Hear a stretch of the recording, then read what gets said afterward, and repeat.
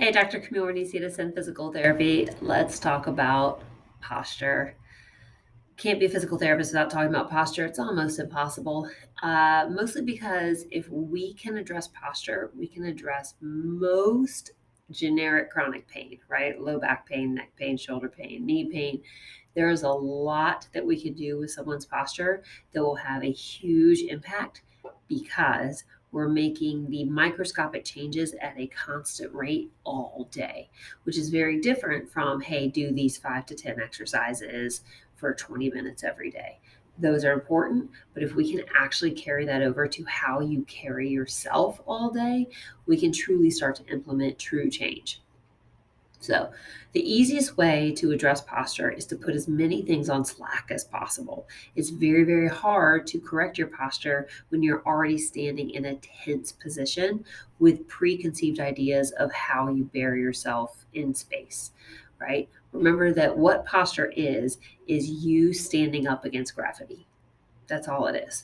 So, all your body cares about is your ability to stay upright against gravity.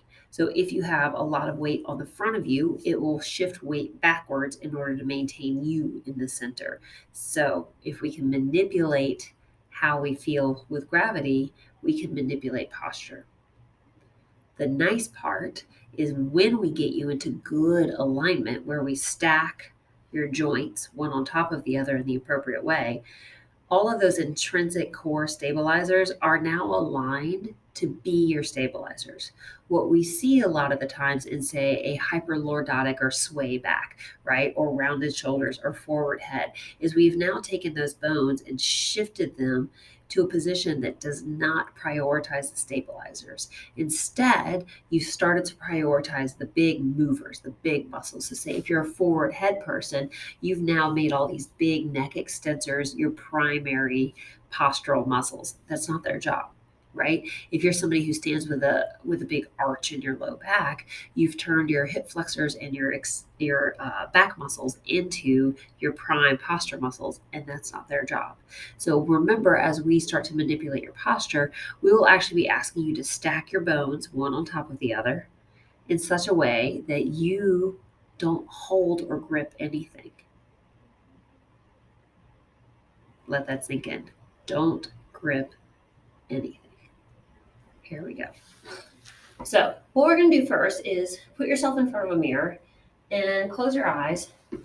Take a couple of steps and just kind of feel yourself stand normal, not good posture, just normal.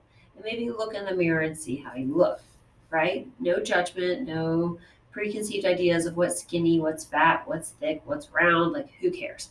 Just notice if you're someone with that forward head, with the rounded shoulders, with a sway back, whatever it is that you do. Now, close your eyes, take a couple steps, and put yourself in good posture, right? Take the family photo. I'm standing for work. I'm trying to be better about my posture. Like, stand in that posture.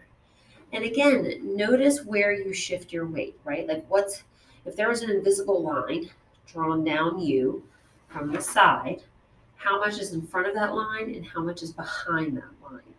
Our job now is to start to get you a little bit closer to everything being within that line, right? So this is how we do it. Remember, I said I want everything on slack. So we cut the strings to the puppet, right? I always picture cutting the strings to a puppet and everybody chills out, right? That includes your gut. So if you're someone who's used to sucking your stomach in, I want you to just let it go. Even bloat it out if you have to. Give yourself permission to let your stomach go, right? If you're a hands on the knees kind of person, that's fine too. So the first thing we're going to manipulate is your weight in your feet. Weight in your feet is one of the best quick cues to correcting your posture. So as you learn this, you'll notice that there's certain places where if the weight is in your feet, most likely towards the top third, the front of your foot, if your weight's slightly towards the front, you're going to start stacking up appropriately. For most people, when they're in extreme, they're either all the way on their heels or all the way towards their toes. And what I want you to find the weight just behind the balls of your feet. So just in the front of your arch, behind the balls of your feet. Right? So we're in slack. The weight's going to go towards the balls of your feet. So right now you feel like you're falling forward. That's fine. Now you're going to imagine that your pelvis is a bowl of soup, and you don't want the soup to spill forward, and you don't want the soup to spill backwards. So if you're somebody who lives in the tilt this way, you're going to imagine sliding the front of your pelvis up and the back of your pelvis down. Alternatively, if you're somebody who lives in a very tucked under butt, you're going to imagine the opposite. You're going to imagine allowing the back of your butt to come up a little and imagine sliding the front of your pelvis down, right? So that's very different from like scoop your pelvis under or stick your butt out, right? Those are very big motions. I don't want a big motion, and I don't want an angular motion or a circular motion. I want it to feel linear. I want it to feel like you're truly sliding up and down, okay? Already, everything's just about there. So the knees by now should be in a relatively straight position, not fully jammed into a hyperextended locked, and not bent. Just a natural, they are straight, no problem. And already, as you start to get this pelvis where you want it, you might start finding it to feel a little more natural to start to come up. This is where I want you to pause. This is where everybody makes their mistake. Check in with your feet again. Make sure your feet are set up where you want them. Again, your weight is the front third of your foot. Pelvis is slid into position. Instead of standing up, right, what I want you to do is imagine coming up one vertebrae at a time. You're going to take your rib cage and put it over top of your pelvis. And even here, as you're breathing here, keeping that rib cage over your pelvis, notice whether or not you start to feel a tension across your lower abdomen. If you start to feel a tensioning across your lower abdomen, good. That means that we're starting to wake up that inner unit of your transverse abdominis. We're waking up those core stabilizers, right? If you find that you go into this position and you immediately feel a long tension along your spine or a gripping in your butt or tension just here underneath your rib cage, stop, reset, because what you've done is gone right back in that pattern of gripping into position. So we shake it out, start here again, right? So weight just behind your toes, just a little behind the balls of the feet. Pelvis is going to be slid into a level position. Take your rib cage, start to bring it so it's over your pelvis while the weight in your feet stays where it needs to stay. And then bring your head up and back. Okay? And right there, don't worry about your shoulders yet. Forget the shoulders. Okay? Just breathe here. Even if you feel like you're rocketing forward, like I know I'm slightly rocketing forward right now, and that's okay, right? Because as you settle into this position, you'll start to put your weight where it needs to be, but maintaining this more long and tall position. Okay? Now the shoulders. Let's talk about the shoulders. Most of the time, the mistake I see is that people pull their shoulders back, right?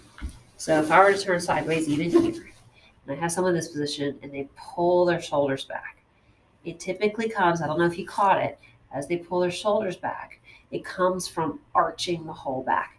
And now we're back in the same hot mess that we were before. So when I see shoulders pulled back in the arch, I'll also see the rib cage pop up. So that's why I talk so much about let the rib cage stay down, get your head set, and most of the time the shoulders will just follow. If you're still super rounded forward, then what you're going to do is you're going to elevate, pull back just a little, and then let them settle in place. That's very different from pull your shoulders back, right? That's not what we're trying to accomplish. You're going to just simply elevate, float, settle. So posture, at the end of the day, hopefully is set up so that everything is stabilizing you quite passively, right? It's working because you are in an alignment that allows everybody to do their job. If you are struggling to get into those positions because of a joint restriction, because of certain weaknesses or certain balance issues, then we got other things to work on. But in the meantime, you keep practicing that posture and using your breathing to set the tempo. Let me know how it goes.